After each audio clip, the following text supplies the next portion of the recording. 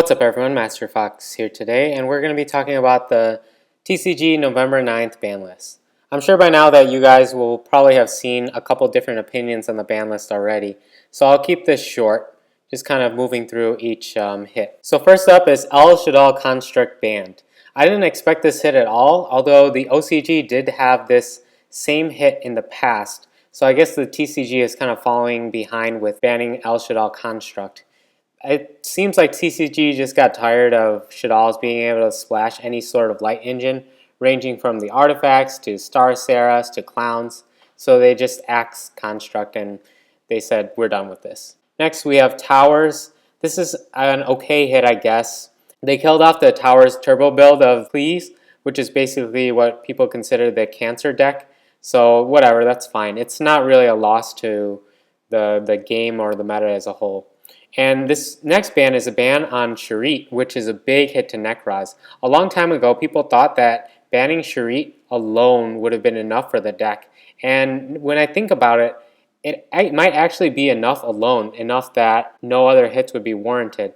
But as we see later in this list, they hit other aspects of the Nekroz deck, which just seems to make the deck worse and worse. And then the last ban is Exciton Knight. I did not expect this at all. Exciton Knight had this constant presence in the game. It's never been a card that people think of generically like Soul Charge or something that they just think should be minimized from the game.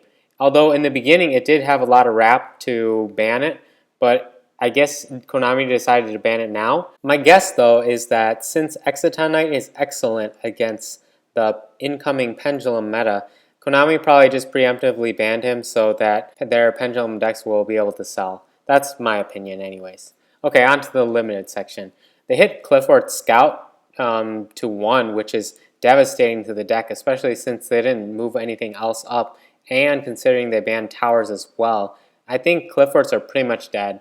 Konami doesn't seem to like the deck at all. They hit it really hard the first time around, hitting Skill Drain and Vanities to 1, and then now they hit a bunch of other things. Not to mention Sacrifice is still at 1 too. So pretty much Clees are dead. They were basically tapering out anyway. They were like the 5th best deck of the big 5. Tellarknights overtook them near the end, and now with these extra hits, Clees are dead. Maybe Konami's trying to go with the lore or something.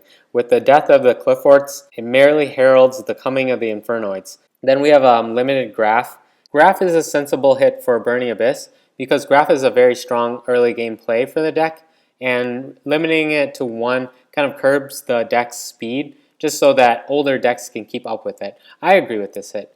Next is Mathematician. Mathematician is a rather strange hit. OCG did it before, I know, but Burning Abyss wasn't really running too many of the card anyways. They ran maybe 1 in the recent events, and Shadal's ran at most 2. So I guess it's an okay hit just for being too good of a staple card, but still, I don't really think Mathematician should have been hit at all. And then next we have 2 Nekroz cards. We have Nekroz of Bryanak and Nekroz of Unicorn. And honestly, this is just overkill after the Sharit ban.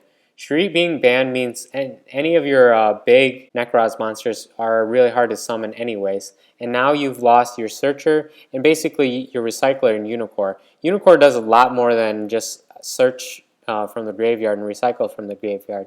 But it also serves as free pluses from Kaleidoscope, since you can use Kaleidoscope on Unicorn and pitch your Herald and then use your Herald to get more searches. So with Unicorn at 1, you lose a lot of that core aspect of the deck. You lose some searching ability, some recyclability, as well as the control aspect of Unicorn itself, which is used to taper the power of the rank 4 decks that are used to counter it. So this really, really gimps Nekroz's power.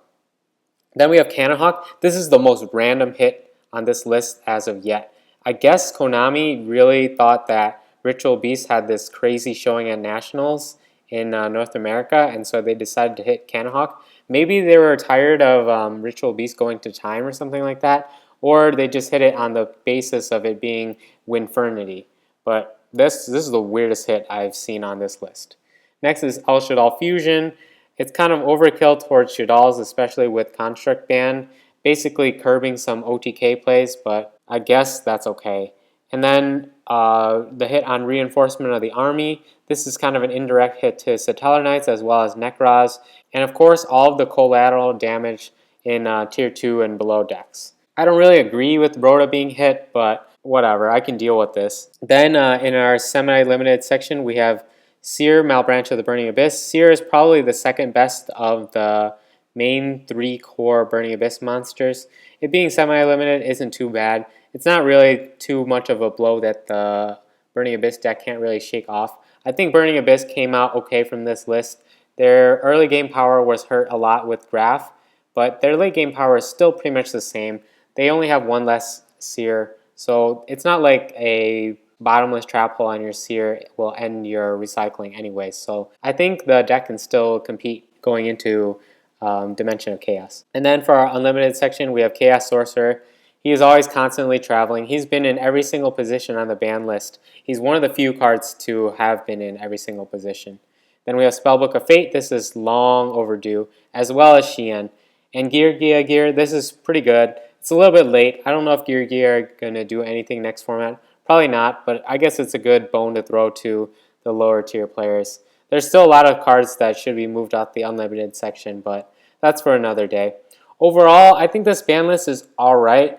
The ban list actually did something, so I can't really complain about Konami not doing anything, which in the past, maybe like 2 or 3 ban lists, Konami literally did nothing.